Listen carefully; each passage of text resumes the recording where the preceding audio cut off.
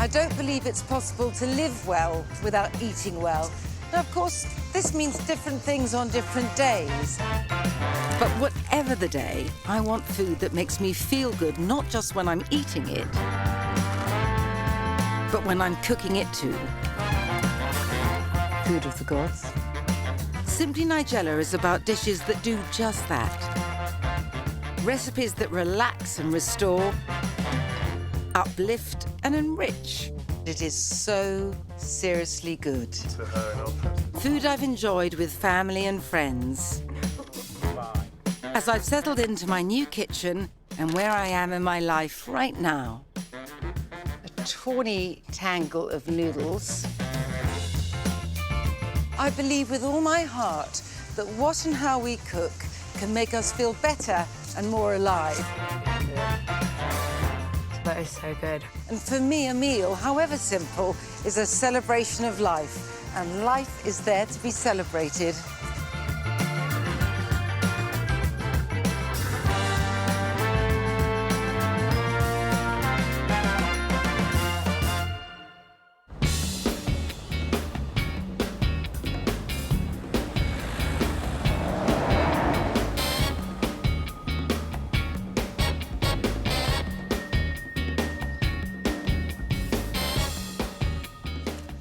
In the middle of a busy week, it can be hard to feel inspired about food first thing in the morning.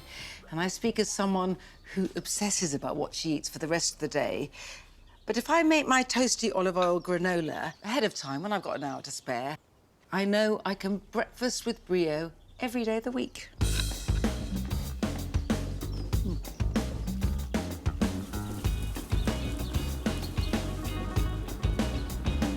I get through such a lot of this that I make quite a big batch at a time. First of all, I need rolled oats, or any porridge oats that aren't instant, which I spice warmly with ground ginger and cinnamon. And I like to add a sprightly sprinkle of sea salt flakes, which seems to bring out the spices. Next, I go nuts, whole almonds with the skin still on, as well as flaked ones for me.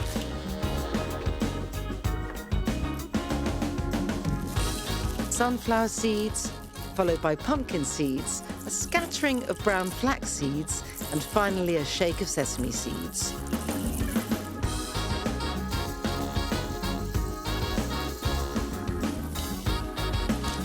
Before this can go into the oven to be turned into granola, I have a little anointing to do, and I do this with the unlikely combination of maple syrup and extra virgin olive oil. This gives it a subtle smoky sweetness, offset by the oil's pepperiness. So I pour over the viscous liquid and work it through the oats, nuts and seeds, just so they're lightly coated, before spreading the mixture onto a lined baking tray.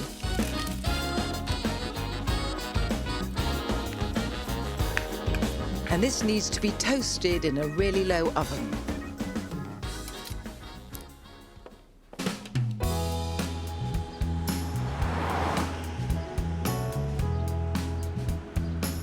Normally there's dried fruit in granola, but I prefer it like this, eaten with fresh berries and some coconut milk yogurt, though it is also fabulous in snatched handfuls straight from the jar.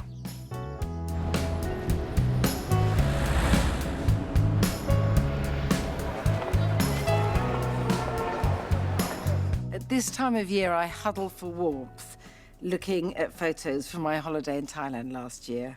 But actually, I relive it every time I cook something that was inspired by that holiday. These were some steamed clams with Thai basil I ate when I was there. It was so good, and I wanted to find a way of translating those memories into something I could cook in my kitchen back home. Yes, I do need to go and get clams, and yes, I need to get Thai basil, but otherwise, I rely on a couple of ingredients I just keep in the larder on standby.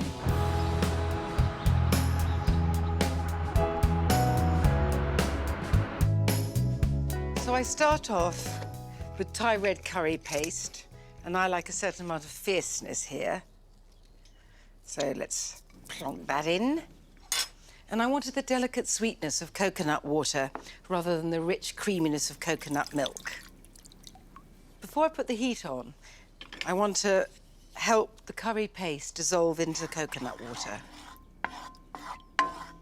Slightly foolhardy to be doing this with the white shirt, but too late now. And I want the brightness of some lime juice. Sharpen everything up.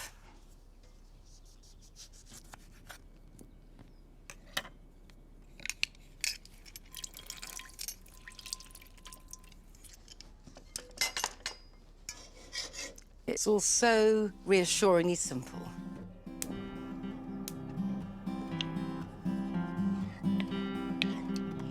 All I need now is to wait for it to come to a bubble.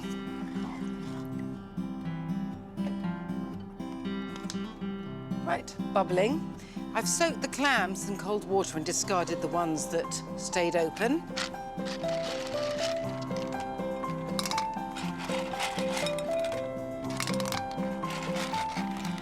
And actually, the most important flavour in the broth is that umami sweetness that comes from the clam liquor.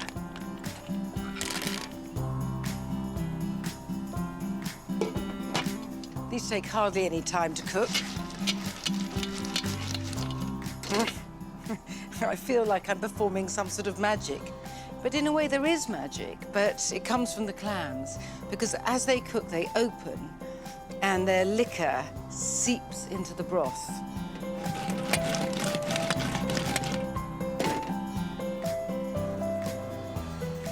The minute I smell Thai basil, I'm back on a holiday. I just adore its aniseed muskiness. But it can be hard to get, and when I can't get Thai basil, I am so happy with fresh coriander in this. I don't need an implement to eat the clams, hands, mouth, but I might sip the broth serenely with this.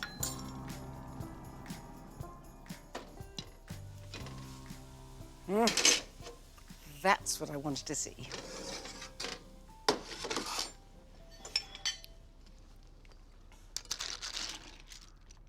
Oh, I love the clatter of clams.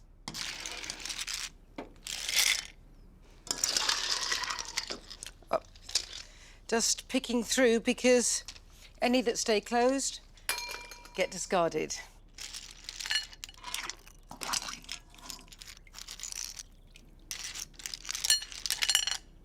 That's a big heap of gorgeousness there. And after that noise, joyous though it was,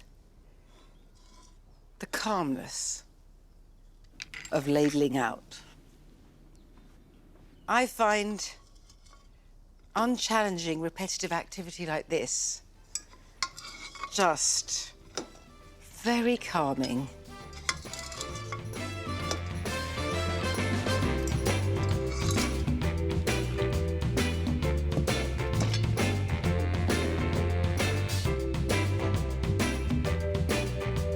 When I do get hold of Thai basil, I am profligate with it. That's how life should be lived, greedily and gratefully. Oh, I have to have a bit now.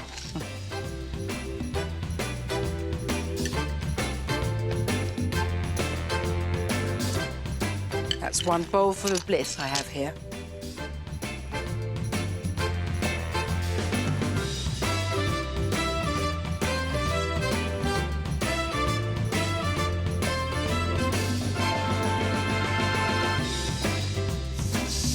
In different moods, I want different food. And I'm planning what I call my Bav and Pav feast with some friends. It needs meat. It needs food. To translate, a tamarind tangy griddled bavette steak and a pudding that I have a familiar fondness for. Wow. I've always been something of a pavaholic, and my latest creation is a lemon one.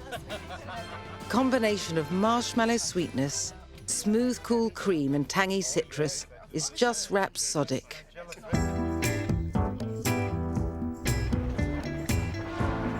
I make the pavlova's billowy base in advance. To do this, I start by whisking egg whites.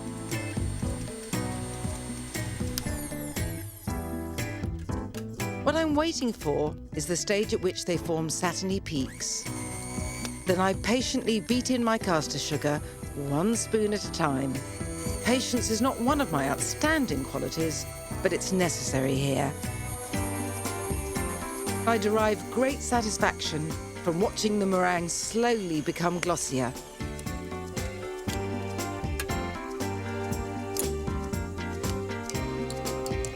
Once the mixture is stiff and shiny, I turn meringue into pavlova base to be with the addition of 2 ingredients. First, corn flour. Usually this is combined with vinegar in a pav, but this being a lemon pavlova, I'm using lemon juice, as well as the finely grated zest, which is where all the flavour resides.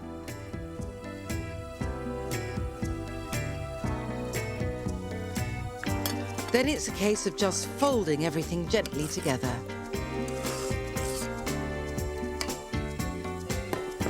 Now, a little culinary crafting.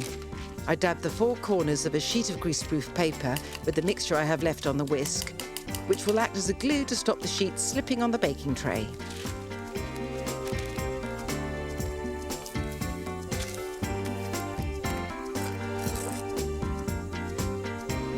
I adore how the snowy marshmallow spills onto the sheet in all its alpine glory. I'm aiming for a regular circular shape, or as regular as I can get it, which means a lot of flattening and smoothing, but I find this rather restful.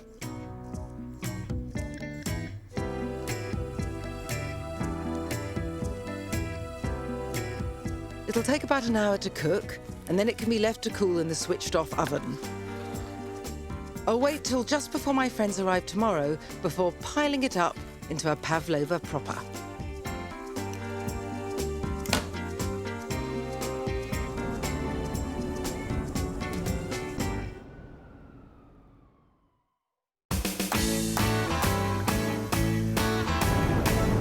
In the meantime, I have a spot of shopping to do for my main course.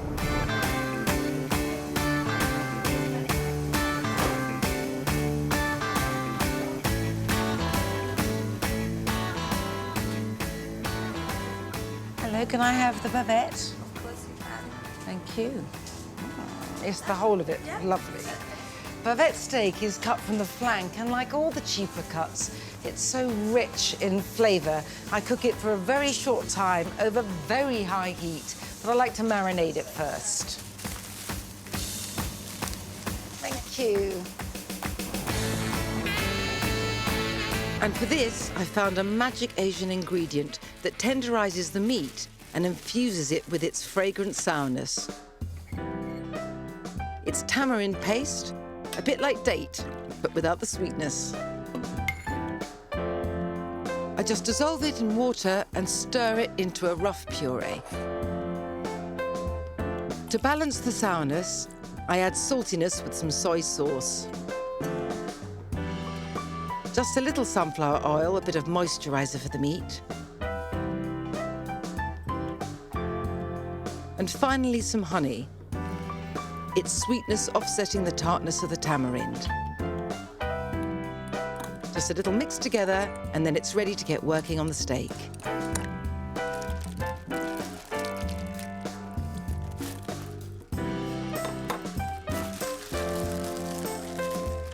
I like to give it a good massage before it goes into the fridge to marinate.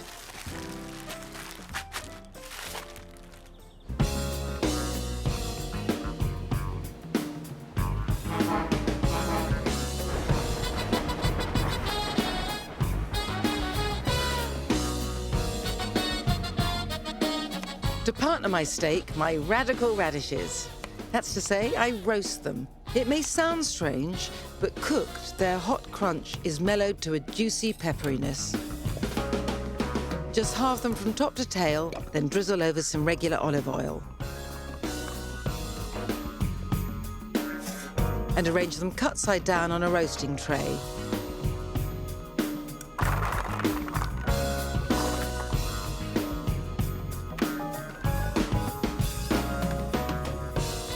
There's something rather restfully mesmeric about this activity. They need only 10 minutes in a hot oven, which, rather handily, is pretty much the time I need to cook and rest my steak.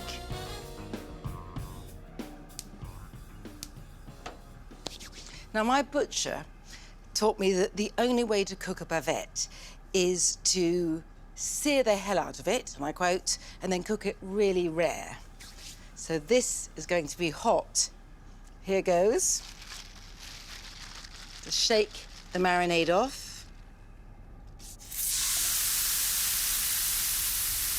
The wonderful thing about this tangy tamarind marinade is that it is so sour, it really intensifies the sweetness of the meat. So I give a bavette 2 minutes each side, ferocious, and then I let it rest for about 5.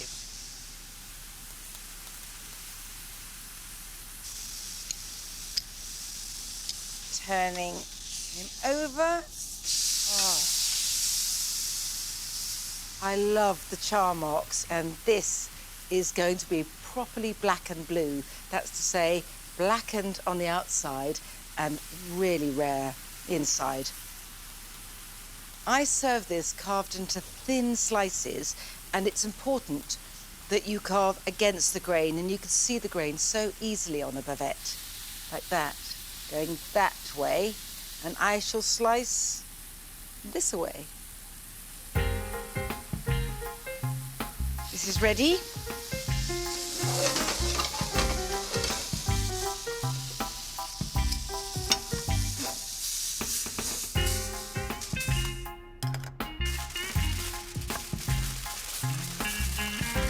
And while the steak rests, I shall retrieve my ravishing radishes.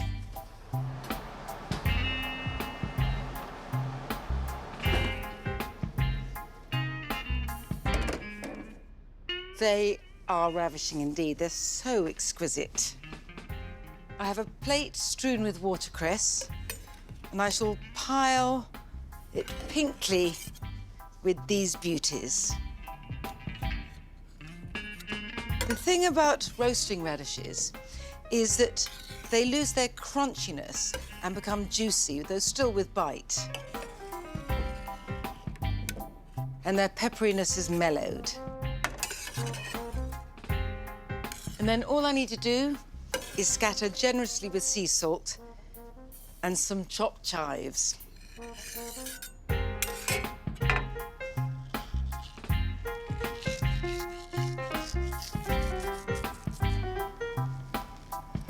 Just exquisite and also divinely edible. Now, you've all got to put up with my bad carving. That's just how it is.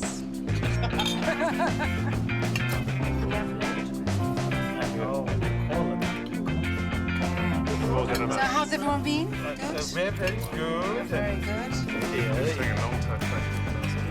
Thank you. Thank you very much. Right. So I am going to eat more. Don't you worry. I think I'm going to drape it in an attractive manner. Thank you.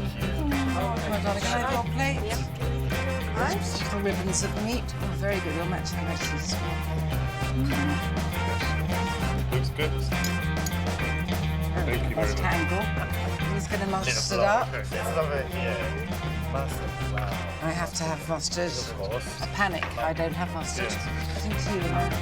Really good thing. I'm in love with this.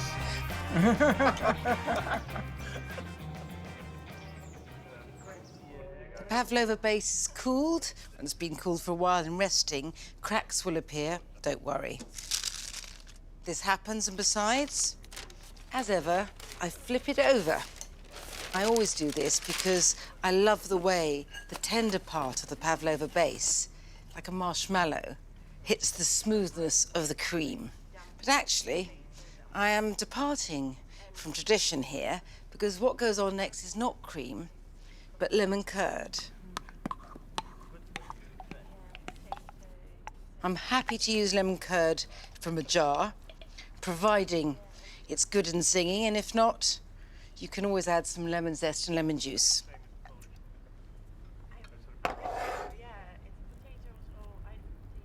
Don't be alarmed if some of it drips down the side of the meringue base. I rather love that. Push it to the sides. It will drip more as it stands. And I shall drape the curd with the cream, whipped, but not too whipped.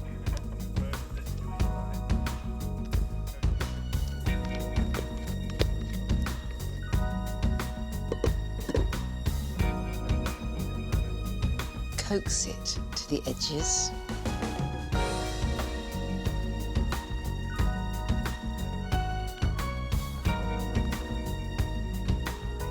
I've got a lot of almonds I've toasted, by which I mean I've tossed them out in a dry, hot frying pan until they're this colour. You need a lot. This isn't just decoration. It's so that you get a good amount of crunch. I always think of this a bit like an upside-down lemon meringue pie.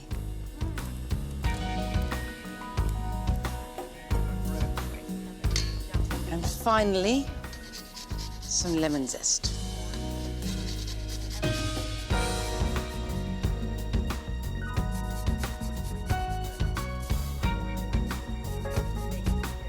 And I just can't wait to sink into this lemony lusciousness. Okay, you've had your bav, now you can have your pav. Wow. Wow. My God. There's lemon in the meringue too. I have to do big slices of it. Now I'm going to try and ferry them. Obviously, I'm going to do you first. Nigella's recipe. Of course. Oh, this is where it's sorry. It's fixed by the food. I know. Wow. I can't even think about it. Melt with lemon curd. Okay. We've managed to get through half of mega pan. Divine. Like Nigella, divine Nigella. And you know, more and more.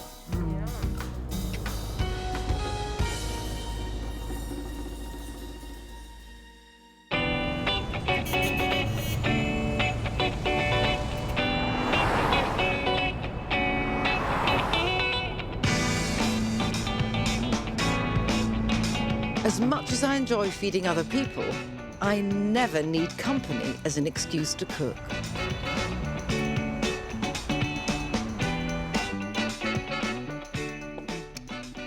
If I get home late at night when I should have eaten an hour ago, there's only one thing for it: griddled halloumi with sweet chilli sauce. I don't mean the sort of sauce you get out of a jar, but this is a homemade one which takes practically no time.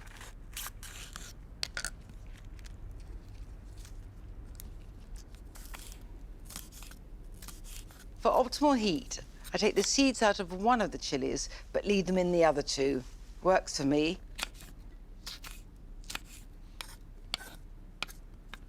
There is quite a fair bit of chili here, but I want a fair bit of fire.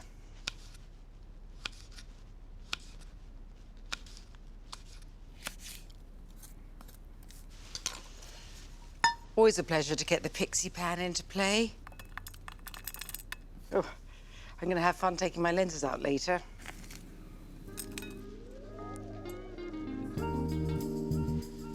And I want sweet with my heat.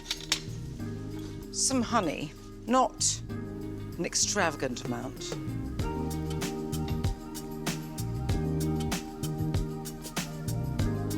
I've got honeyed sweetness and I've got fire, but what they and I need is a tangy spritz of sourness.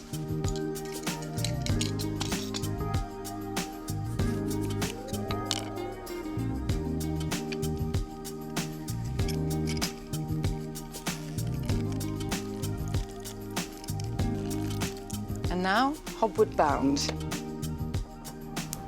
I'm staying put for a while because all I really need is to wait for this to come to a bubble, and it's going to be fast in such a teeny pan. And no sooner said. I like a bit of brinkmanship here, waiting to see how far up the foam can rise in the pan without boiling over. I'm going to lift it off the heat, or it'll go everywhere. The chilies have started to ooze their colour into the honey, giving it a rather 70s tangerine glow. And what this also means is that some of the heat from the chilies has infused the honey, which tempers the sweetness. The chilies have now softened and the sauce is done. That's simple. Just going to sit it here so it cools slightly and let it thicken a bit. And now, I'm happy with the sweet heat, but there is something else I need.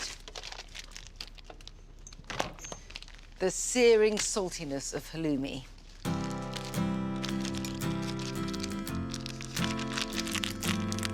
Now, when it's in a cold block like this, it's just so much salt-flavoured polystyrene. Not that I mind that. But the magic really happens when heat comes into play. It's the heat that transforms it, making the interior molten and chewy.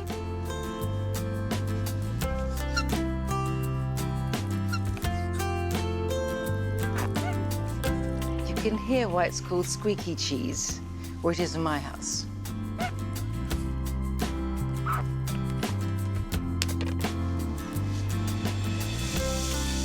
Is there any better sound? I think not.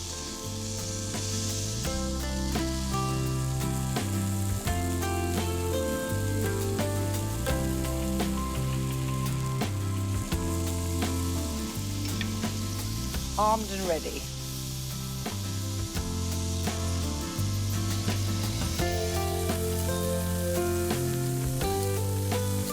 I love the bronze bottling, especially when I know it means I'm going to have a lovely crisp skin enveloping all that chewiness within. Right.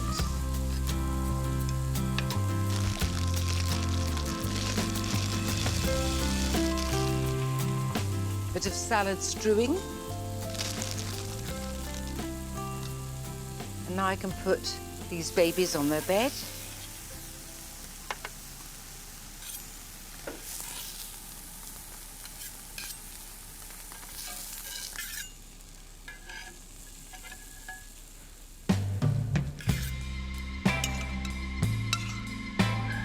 Spoon these glossy lipstick red slices of chili over each bit of halloumi.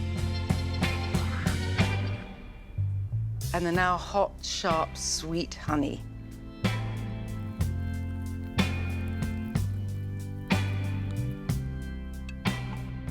There's only one drawback to halloumi. It has to be eaten straight away.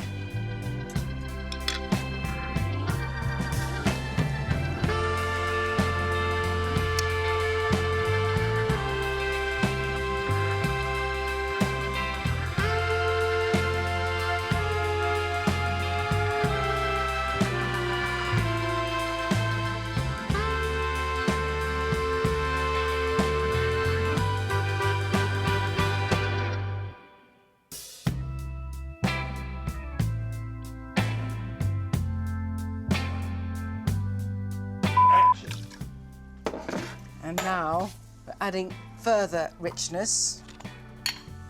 Oh, sorry.